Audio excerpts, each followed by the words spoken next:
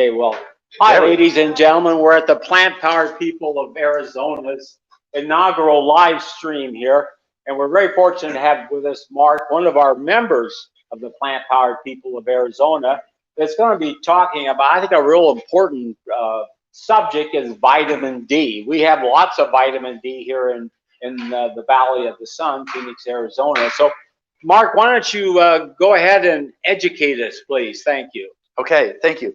So my speaking styles, I like some interaction, and I don't pick on people, so don't worry. If I do, it's by accident. And for those who are really smart, it's best if you don't shoot up your hand and like dominate. It's always good for better learning if people who aren't as sure maybe get a little courage and try to interact. Am I off the camera? Yeah, you're off the camera. Okay. We're amateurs, ladies. Yes, amateur. Rank amateurs. Yeah, maybe do it a little more this way because I feel like comfortable because I'm trying to see Mary Ann too. Oh, okay, good. Because I want to have everyone in view, so I'm going to probably be about right here. So otherwise she's behind the wall there. So I do want to make a disclaimer that I am not a medical doctor. I am not a medical researcher. My degree is in electrical engineering and an MBA. But I'm also a very passionate independent researcher on all kinds of topics. And for about the last 15 years, I've researched lots and lots of health-related topics and nutrition topics.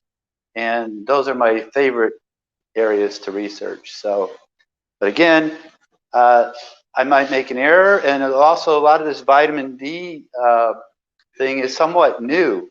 There's new findings coming up all the time. So with that, let's take it away here. I first want to say that vitamin D right now is probably the trendiest of all the vitamins and minerals out there because people are waking up that it's got more than just one benefit. So the one benefit, you go to a medical book or if you went nursing training, there's one benefit that all the books say. You need vitamin D because of what? Does anybody want to take a guess at that? It's the one thing they've been taught for 40 or 50 years. No, it does something to our that helps our bodies absorb something. Anybody want to take a guess? Okay. It helps absorb calcium. Okay, that's the thing that's been known forever, and that's what all the textbooks say. You know, you need vitamin D because of that, and that's well understood. And it also helps us absorb magnesium and phosphate. So it helps these essential minerals in our body. Now, what's the benefit of absorbing calcium? Anybody want to take a guess at that? Bone health. Pardon? Bones is the number one thing. Bone health. Teeth is the second thing. Wow, we got a smart audience here. Yeah.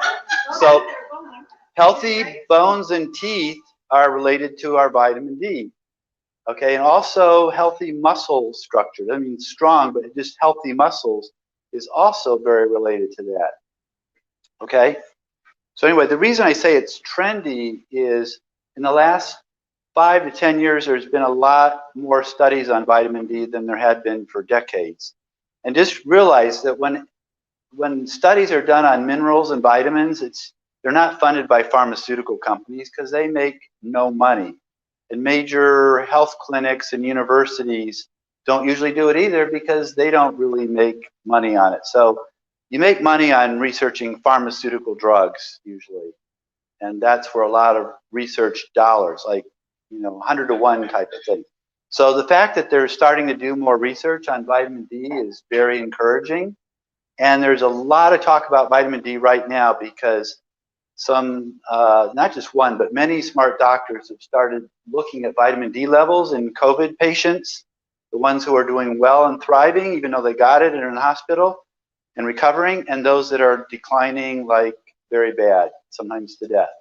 And they're noticing that if you have adequate vitamin D levels, it's rare that you die from COVID. It doesn't save you from other nasty effects, but if you have adequate vitamin D, deaths are much rarer. And then they've also backfilled and found out that vitamin D is also good for all kinds of upper respiratory viruses like flu and things too. So if your vitamin D levels are adequate, you have much less risk of a very bad flu an upper respiratory or a very bad COVID experience. Okay, again, it doesn't prevent it. It's not a miracle drug like just go take, bask in it for get too much, but it does have significant findings. And I've been thrilled to look at YouTube. Everyone says, oh, one of you YouTube educated persons, but you can actually learn a lot through YouTube if you pick the right people, and you get a kind of a balance. And I looked at doctors who are been in the profession for all kinds of years. I've especially liked those who are in ICU, who are actually looking at COVID patients and not just, in some laboratory or some office, but who actually are looking and treating ICU patients. And I've looked at over a dozen different doctors, and most of them have multiple vitamin D related videos. And they are just so positive. And I think some of them, it's a wake-up call, like, wow, we never realized how important it is. And it was a wake-up call to me because before COVID hit, I never really thought much about vitamin D at all. I just never paid attention to it. When COVID first came around, I started seeing those YouTube videos. I thought, well, I got to start increasing it. And then for about 6 months, I thought I was increasing it, but more to prepare for this talk, I found out I wasn't really doing a very good job. So that's some of the things I'll share tonight with you, some of those things. So first of all, what is vitamin D? Yes, that was the word we're looking for, fat-soluble vitamins. Okay. And the other thing that I learned about vitamin D, that it's really way over my head. I mean, when you start looking at the medical journal articles about it and the diagrams, you need to be a biochemist. Has anybody here studied chemistry or biochemistry? I mean, if you have, it really helps because these articles go into incredible depth. And the fact is that vitamin D, how we produce it and its benefits are incredibly complex. So tonight, I won't barely do it justice because I'm going to keep it super simple, just key takeaway facts. But if anybody wants to dig, you will find out you can dig and dig and dig, and it just gets more and more amazing. It is just there. I think of a verse in the Bible in the book of Psalms that I am fearfully and wonderfully made. And that's come to my mind several times as I've looked at vitamin D because it's just the interactions and how our body gets it in the sun and all these things. And so it doesn't just, hit, like when the sun hits our skin, it doesn't just automatically make vitamin D. It triggers something in the liver, which then triggers something in the kidneys. And then it goes through some 2 or 3 other steps before it becomes useful to us. It's not just like, oh, sun hits, got vitamin D. It's like a very complex process with all these different chemical and biochemical reactions. So anyway, I'm going to use the tablet a little bit for this part just to read some things because the vitamin D, we mentioned that one of the key things, it helps calcium absorption, which helps our bones and our teeth, right, and our muscles. But look at some of these other things that I found for benefits of vitamin D. I'm not going to put this aside, but I'll just read a few of them. It helps fight infections such as cold and flu. It helps boost the immune system. It can destroy bacteria and viruses. Aids in calcium absorption. Improves bone health, including teeth. Aids in assimilation of vitamin A. I never knew that. May reduce the risk of colorectal, prostate, and other deadly cancers by 30 to 50%. Notice the words may. They're still at the beginning of this research. So there's a lot of these are maybe, but they, might helps maintain normal cell growth. Assist in reducing high blood pressure, reducing the risk of heart attacks. May reduce the risk of developing autoimmune disorders. And those are really common in our society, all kinds of autoimmune disorders. I saw one YouTube doctor who said that vitamin D is his primary way of helping people with autoimmune disorders to try to reverse them. So I thought that was interesting. Only one doctor I read that said that, but he goes, that's my #1 tool to help reverse various autoimmune disease. That's a pretty bold claim. It's been shown to boost mood and overall sense of well-being. Maybe you've heard that lack of vitamin D can cause depression. which I think that's been pretty well understood for a while too. It helps DNA repair. I like that one. It increases energy levels. It may retard the growth of cancer cells. Reduces the risk of some complicated word in pregnant women. And I saw a whole bunch of slides and articles about the importance of vitamin D in pregnancy. Like if you want a healthy pregnancy, vitamin D has to be adequate to have a healthy pregnancy. So never knew that before. Helps fertility in men and women. Inhibits bladder cancer cell growth. May reduce the risk of breast cancer.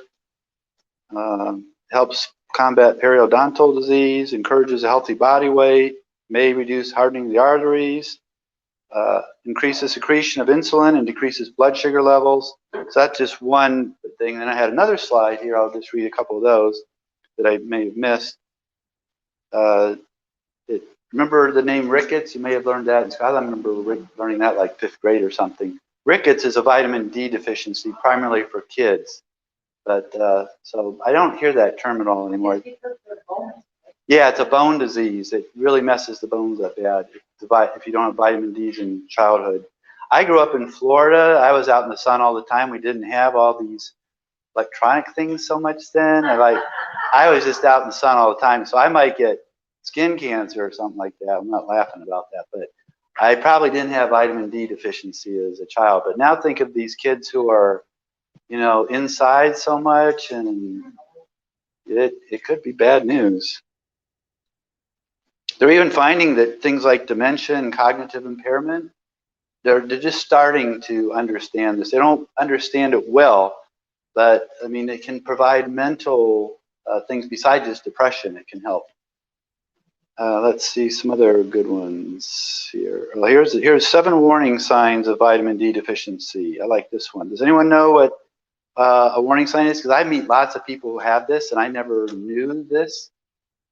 So the number 1 warning sign is achy bones. And I know some of my friends, like in Ohio and Indiana and Wisconsin, they're getting older. I mean, not real old, like 50 and up kind of old, not like 80 and up, okay? And they're like, oh, my bones, I never used to have bone pain, and they're achy, and I don't like to do as much anymore. So I meet people like that quite frequently, especially in more northern climates. Muscle weakness is another sign of deficiency. Depression. Here's one that's weird. Head sweats. Sweating head is is a very sign, like you must be really low. Chronic health problems, because we said there's all kinds of things that vitamin D helps. So if you just got these complex health issues, and I again know a number of people have complex issues that even their primary doctors and their specialists haven't been able to get to the bottom of yet. Well, maybe vitamin D might play a role in that. It may not be the only player in that, but anyone I meet now who's got like really complex symptoms, I say, hey, are you checking your vitamin D levels with your doctor or through other tests? Another sign is constantly tired. Maybe chronic fatigue syndrome, like that's big these days, right? I'm not saying these are all tied together, but they could be related. So the important takeaway is that vitamin D is very important. Let's continue listening to the research as it unfolds. But in the meantime, let's do our best to get adequate amounts. Let's see if there was any other good ones here that were, a lot of these are repeating. Digestive system health. They say that aging process, that if you lack vitamin D, you can be 5 or 10 or 15, 20 years older than you really are. Like deficiency really accelerates aging. Like that's scary enough for me to want to make sure I get enough right away. Then there's just more. I mean, these lists they don't all overlap. I mean, there's another one. There's like my 5th one there. Impaired wound healing. That's one that's on this slide that I didn't see on the other slide. So especially when people age, the wounds don't heal as well, but the vitamin D helps in wound healing. I know when my mother got sick in her final 5 or 6 years of her life, she had wounds that just took forever to heal, and she had to have these wound care nurses come to the house and every day, every other day, and just do they're amazing things. They're well trained to help heal wounds, but I never knew that vitamin D could play a factor in that because they never talked about that. They had all their special meds and creams and ointments and stuff, but I never heard anyone say like, hey, just get out in the sun a little bit, or, you know, take some vitamin D supplements. What's So, that D3? How does that okay, so there's different forms of D. D3 is like the animal and the human version of it, and D2 is the plant version. I don't quite understand, but all the literature talks about D3. So we'll use D and D3 interchangeably, okay? So when I say vitamin D, just do a substitute in your brain saying D3, okay? Because that's what you get in these, oh, can somebody grab my, what's under the red jacket over there? Those are my props, which I forgot to bring up here. So please bring all three things up here. Yeah, like, well, what do I don't really have very good props tonight. All of them. Yeah, all three. Bring all three up, please. Yeah, just put them on this table here, please. Whoever can bring them up. Krista, thank you. Oh, and here's another one that says vitamin D deficiency. Getting sick or infected often. Again, you hear those kind of things happening a lot. Here, let me grab those. Sorry to leave the camera for a minute there. See, people thought I brought my own food tonight, but there's a reason for this. Okay. So I think we covered a lot of those benefits, right? And I think we covered some of the reasons for deficiencies, these wound healings and depression. So I want to mention also there's another risk factor besides just not getting enough. There's certain people and climates and health conditions make it harder to get vitamin D. And so we're very fortunate here in Arizona because we're far enough south where it's not that hard to get vitamin D. But basically anywhere north of Arizona, so north of New Mexico, north of Oklahoma, north of Arkansas, north of Tennessee, north of North Carolina. That was hard to memorize, but like anything across, like basically I-40 going across country. If you're north of I-40, which is what, Flagstaff and Albuquerque, once you get north of there, it gets much, much harder, especially in winter, to get adequate vitamin D. So we're very fortunate that it should not be a problem in theory here in Arizona, but they estimate, doctors and other experts estimate that 70 to 75, some estimates say 85% of Americans are deficient in vitamin D. And then you hear about all these COVID problems, and you think, you know, like maybe there's part of the puzzle, not the only piece of the puzzle, but maybe, you know, an important piece of the puzzle. You know? Yeah, we're coming to that next. So that's a very good segue. Oh, that's great. Did you come across anything in your research? Because I think I remember reading that even if you do get quite a bit of sun, it's not enough that your body doesn't assimilate it all. Yeah, I so don't we're, remember what the reason was or what prevented it, but yeah, we're going to come on to that. Yeah, that's coming up next. So just stay tuned. And that's, remember I said that I thought I was getting enough vitamin D, and I recently found out I wasn't. So see, I'm going to share with you what I've learned like the last couple weeks, Krista.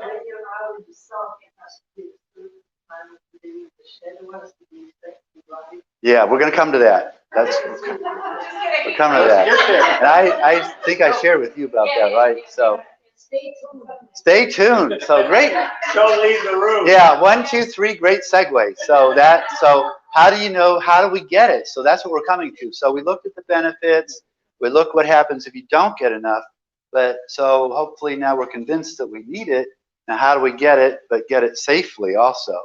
Because one of the factors for people not getting it enough is we're taught, I mean, even little kids, I've seen moms before hikes, they shower, not shower, but they plaster little kids with the sunscreen all over, like, oh, we missed a spot, you know, like. So the sunscreen blocks the UV rays especially, but so when we say sunlight helps us get the vitamin D, it's the UVB rays. That's what does it. It's not just sun, and so there's certain conditions that make UVB rays. Anyway, so all that sunscreen that we slap all over us and the kids, and you know that those block ultraviolet rays, UVB. So the B rays rather than the A rays. B is in boy. They should have done it D, right? It would have been, you know, it would have been easier. I get my UVD. No, you get your D from the UVB. Alphabet soup here, right? Sorry about that. I think in Wisconsin, then with the summer would come and you'd just be out and your skin would be so sensitive you'd burn. And so then everybody else. Yeah, well, that'd be a big part of Europe and a big part of the northern U.S. And like they estimate in England that at least 90% of the people are vitamin D deficient. Wow. Yeah, it's serious. Scary stuff. That's the only way that people evolved to become white, is so they could get more vitamin D from higher latitudes. Interesting. From what? Higher latitudes. Oh. Okay, so Giannis brings up one of the next points. So again, these wonderful segues. So another risk factor for not getting, so the first risk factor was where you live. If you live too far north, or if you're on the other side of the hemisphere, too far south, like near the South Pole or something, you don't get as much UVB and you don't get as much sunlight. Another major risk factor is darker skin. The lighter your skin, the easier it is to absorb. So maybe Hispanic has a little less. Black people have the biggest challenge for getting proper absorption from the sun. And we all know that COVID hit at least in America, Black populations and Hispanic populations very hard. So maybe there's a tie in there. I'm not going there totally, but I mean, I think that needs to really be investigated. Pardon? Native. Yes, and Native Americans, thank you for that. So that's another risk factor. Another big risk factor for Americans not getting enough vitamin D, even if you're taking supplements and out there sunbathing and getting a lot, is obesity. Makes it harder for your body to release the vitamin D that it gets. So obesity is a huge factor. You may have got it in you, but it's not getting to where it needs to be to have the health benefits. And again, we have an obesity problem in America, right? So another risk factor for not getting enough.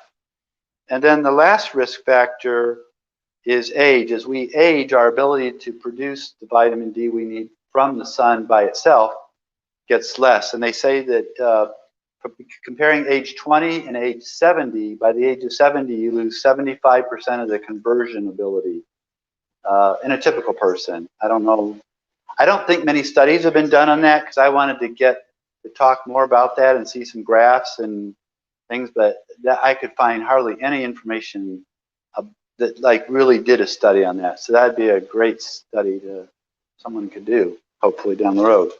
So again, I just want to reemphasize the number one is putting all that sunblock on, it really blocks it. So my recommendation on that is if you want to get your vitamin D and you're going to spend some time in the sun, get it during the optimal time without the sunblock, and then put the sunblock on if you're going to be out for many hours bicycling or canoeing or tubing on the Salt River or whatever you do, okay? Does that make sense? So we need the sunblock so we don't get the skin cancer, but if we totally block, we don't get the D. So it's kind of, all these things are a balance, right? Yeah, so let's go to that optimal time. So, and Krista hit on it, and Jackie hit on it, and Lori hit on it. Thank you. Senior moment there. So this is what I just learned that was phenomenal, is that you're not really getting adequate D, even if you're out in the sun, unless you're out in the sun when your shadow is shorter than you. So basically, translated in the wintertime for us, that would mean about 11:30 to 1:30. 11:30 to 1-ish, something like that. I looked the other day at 1:30 in my shadow. I actually laid down and kind of sort of measured it. And yeah, on a street. I'm pretty weird. But not on a busy street, okay?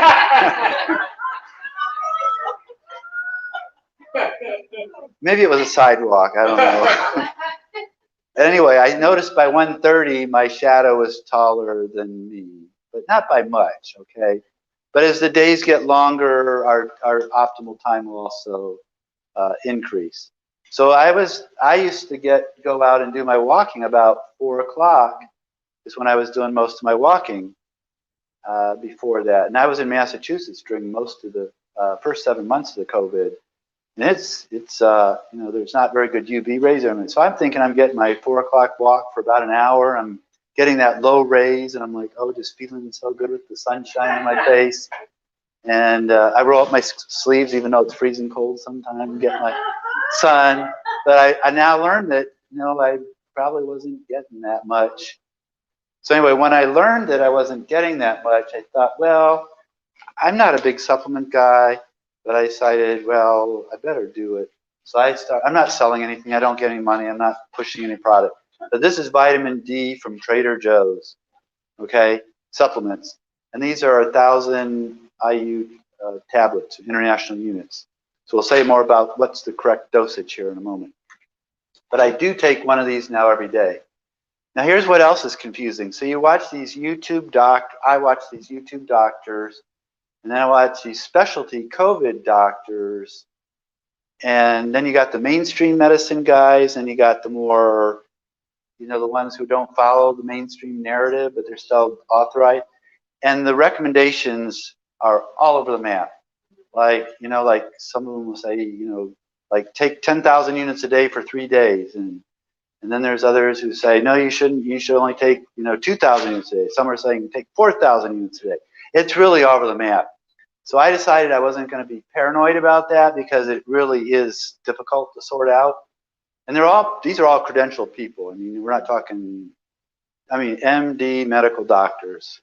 So what I decided is I'm going to take one of these a day. It's only 1,000. By the way, the RDA, the recommended dietary allowance, is about 600 to 800. So this gives me more than RDA. But the RDA could be wrong too, because how do they ever? They say the RDA is too low. Yeah, so I believe it's too low. So I'm thinking I'm going to get it first from sunshine.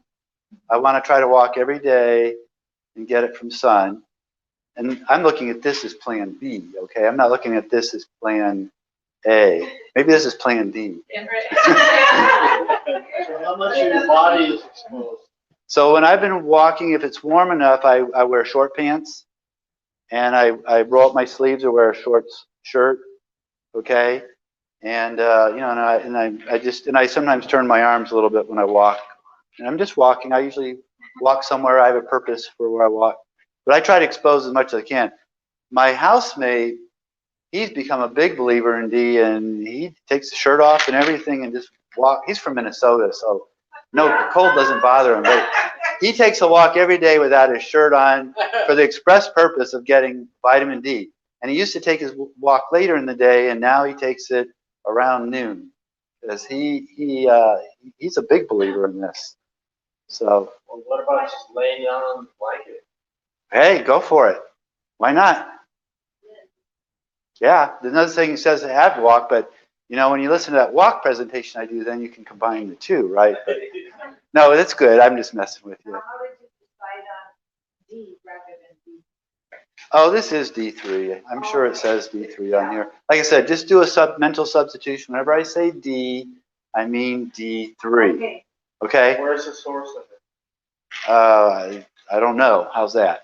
It doesn't really say on here. I don't know how they do this. It's like magic or something. Maybe you know, and I will take some at that. But I really don't know how they take sunshine and put it in a pill. Okay, that part. Yeah, you can. I just wanted to find out where they say it. Yeah, you can help me out there. So. Monrovia, California is where it's distributed. Yeah, that's from the distributor. They don't say where. Okay, so I have these two other props here. So why am I carrying around these nuts and seeds here? Does anybody want to take a guess on that? So these are part of my props. Anybody want to guess? Besides being extra hungry, and I was going to like start nibbling up here. Slightly nutty? Nutty, yes, there's a good one. You all know and know. Is this selenium thing? No, the reason for these, and I also will use olives or coconut milk, something. So D absorb, if you're going to take the pill, I plan B or D, right? Pill, it doesn't absorb that well. So like the sun, the body knows what to do. It goes to the skin, to the liver, to the kidneys, and the body just automatically does all that stuff, right? But if you just take this, a lot of it doesn't get how it needs to do unless you take it with fat. And I don't mean like you have to take it immediately, but maybe half an hour before or after. I always do it before. So I usually take a few nuts, hazelnuts, or these, or walnuts. Sometimes I'll do this, or pumpkin seeds. Sometimes I'll just have maybe 4 or 5 olives. Sometimes I have some coconut milk or cream. But I try to take a little bit of something with fat in it before I take my pill. So that's another key takeaway tonight. If you are going to take some supplement, you want to have some fat with it, okay? If you do fishy things, you know, we're a vegan group, but if you do fishy things, there can be some good fat in there too, like a salmon or something like that. Oh, and avocado, thank you. Yes, I do. I do sometimes do it with avocado, like today I did avocado. Yeah, so good point. I take all this with my meal at breakfast that I always have. And you have some fat with it. And hummus. Yeah. Yeah, tahini's got fat, right? Yep. Yep. So you see, everyone's on top of this. This is so cool. Yeah. So, yeah. And just think too, what is the thing that's the biggest seller for like the last 5 or 10 years in the grocery store is all no fat, no fat, no fat yogurt, no fat this, no fat that. Like, can you wonder why we have so many health problems? We got obesity. We're inside. We're not getting D, and you know we do get D maybe in a pill form. It may not work right because we got all no fat everything. I'm not talking about this group, but I mean the general public. And then I mean, like I said, all these people I know up in northern climates who have like pain all the time and you know just lack of energy. These are people who used to have more energy than me. Now I got way more energy than them. I mean, it's just amazing. I'm not saying I'm the epitome of health or anything, but I've been, you know, on this vegetarian journey for 15 plus years, and okay, that's a big mountain in Pakistan? No? Okay, I'm just messing with you. Yeah, so when we're done with D, we'll mention K2, because I did say to Anna, help me remember not about that. She asked me, are you going to talk about K2 and D3? So I said, I better find out why she's asking me. So yeah, good job. Okay, so let's talk a little bit about more sources of it. So we know the sun, and we know supplements, right? Okay, help me out here. Anybody else got, so let's say you're a vegan. Let's say you're purist and you're saying, well, I'm not going to do these pills, and I'll go do the sun, but you know, just in case I'm a vegan, what can I do as a vegan? That's a good answer, but it's not right. See, mostly, you're good though, that's really good, because almost everything you read about, like kale and spinach are the answer, right?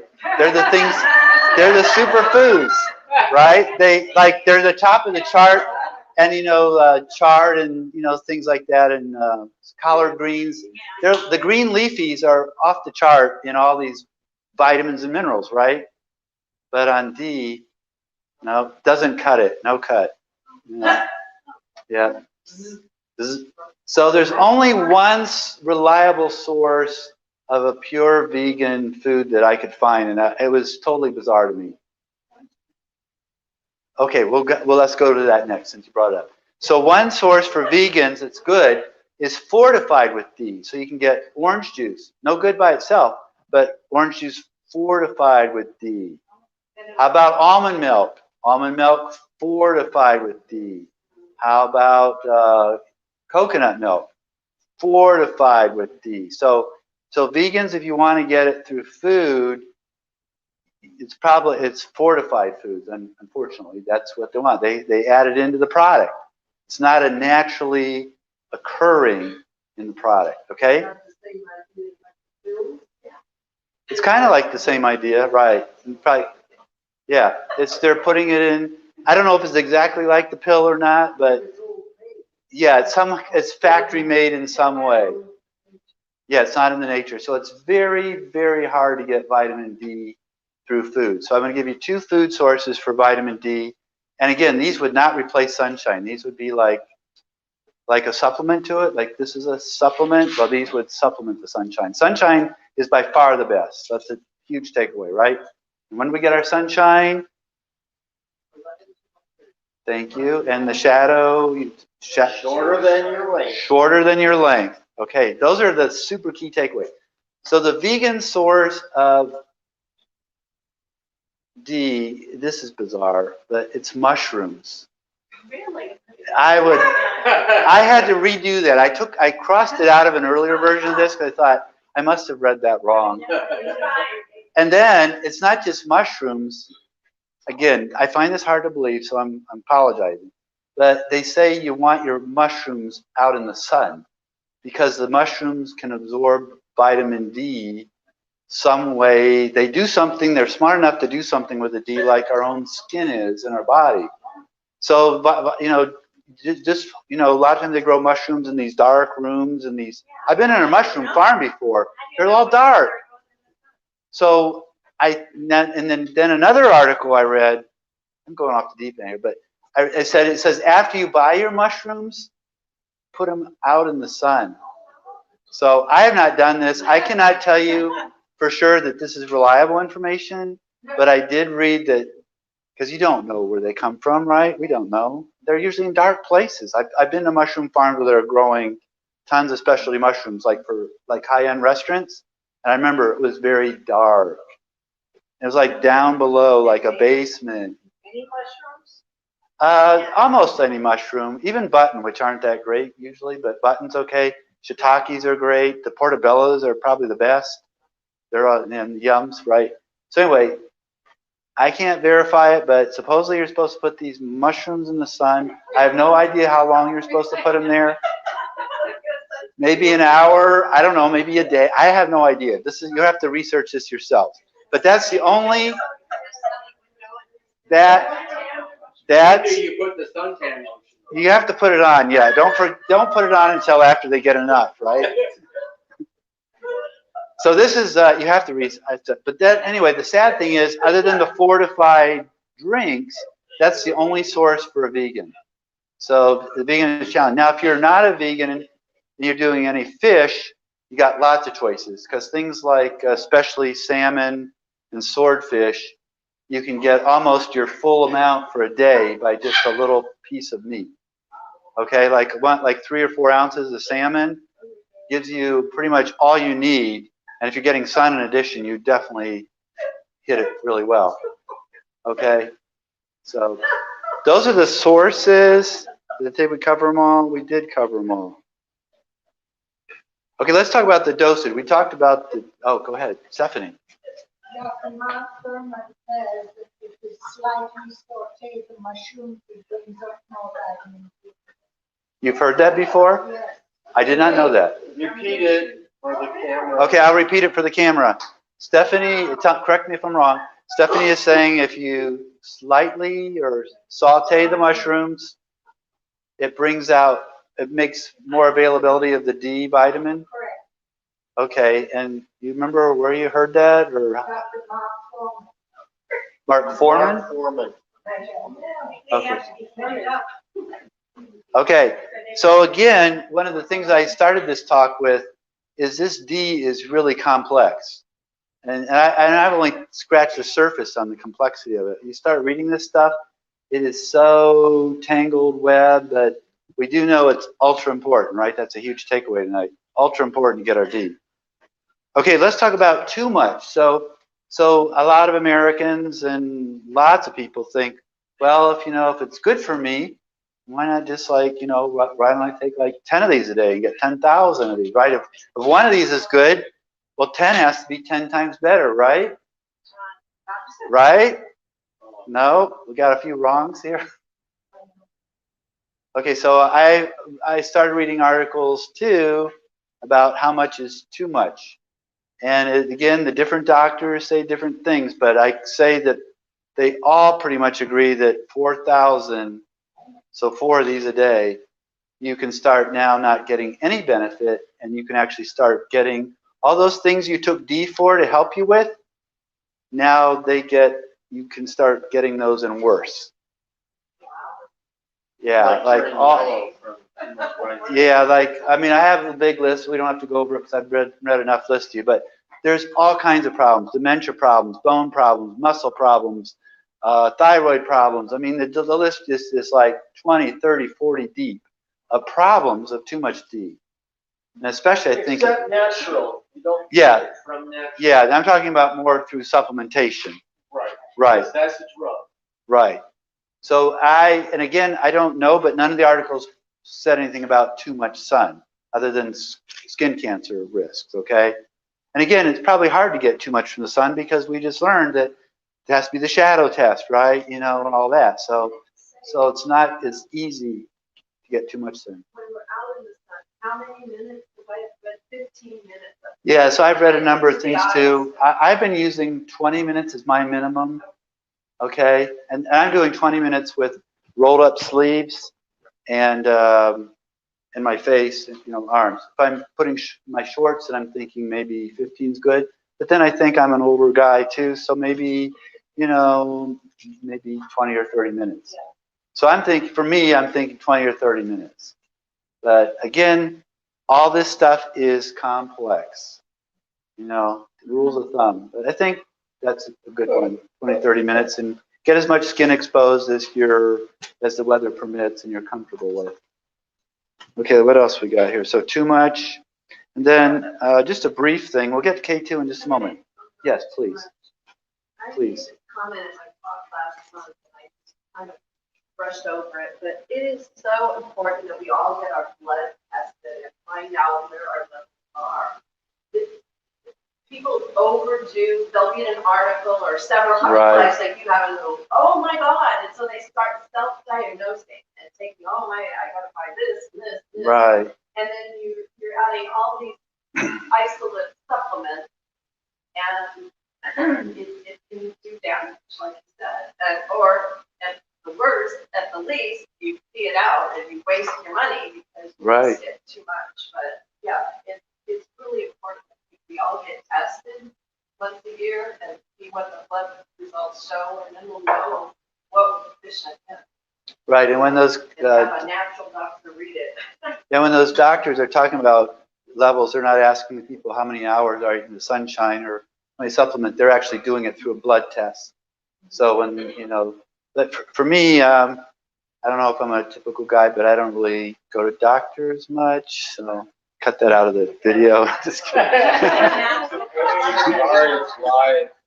But the way I do mine, at least for right now, is I try not to over supplement anything. Actually, this is only one of 2 supplements I'm taking, and I've only started taking the 2 supplements in the last like 6 months because of COVID. I started taking some combination calcium zinc too. So anyway, so yeah, but you can get your blood tested and find out where you are, and there's a bunch of pages and videos that tell you the right blood amount and the levels, and those are actually fairly consistent. The whole amount, how much, you know, on the intake side, but once it's in the blood, I think they know pretty much where the levels need to be, like good, low, danger, extreme danger. That's kind of how it goes. So You have to kind of look at the test yourself too, because if you happen to go to a mainstream doctor, they'll say, oh, your vitamin D is fine, but their standards are very low. right, that's a good point. It's read by a natural. Yeah. Right. Chiropractor do it. I know. Yeah. Yeah, so let's talk about that a little more. We're going to get to the K2, Anna, just a moment. Stalling on that. How many people here do get their blood tested or have shared experience like you did? So does anybody want to share a little more what they found themselves or what their doctors told them? You're the speaker. Well, I'm asking, I told you this is audience participation. So I was taking 5,000 IUs a day. And my vitamin D level, I get tested every 6 months, and it was low. So I was double it from 10,000. Oh, wow. And I'm not due now until May to get my letter. So, yeah.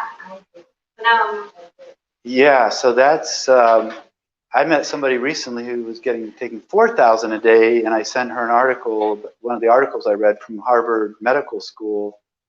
It was women's health, and I said, read this article just so you're informed. And she goes, oh, wow, thank you. So that's scary. I mean, I'm not saying you should be scared. I'm 5,000 a day, and I'm still low. So, Yeah. right. So, but now you're walking now in the sun, right? Yeah. Right. Instead of walking at 4.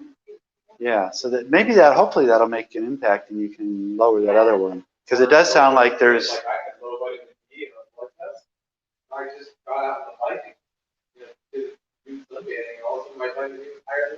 Yeah. And that turnaround was in a day or a week or a month? What? In a month. And then you had it retested then? So awesome testimony for, again, the sun. Yeah. You know, the way God designed us seems to work the best. And aren't some supplements possibly better than others because they might be absorbed better than others? I could not figure that out. There's a lot of claims. So let's talk about the absorption because there's the K2. So let's bring that into it. Hold it. But your product is a gel cap. I want to compliment that that's a good thing. Okay. Right? You didn't tell them what source it was. This is a gel cap rather Okay. than a hard pill. A hard pill? Yes, I Yeah. think that's more absorbable usually. So yeah, these are and they're just tiny little things, right? Yeah. Yeah. Yeah. You can pass it. I mean, I got here for the camera. I don't know if they can see. Well, those aren't bad because they're really small and those aren't as small. But I have one I really like and I don't know if it's any better or any more absorbable or not. I'm hoping it's more absorbable, but you know, it's just a spray. And it's so easy and it tastes really good. You can just spray a few sprays in your mouth. And remember for the absorbable, what we were talking about, Yeah. that helps a lot. So again, olives and avocados too, and coconut, all that good stuff. Olive oil too, olive oil. Okay, the K2, so about this absorption. So Anna, about 2 weeks ago, I think, said, in your talk, are you going to talk about K2?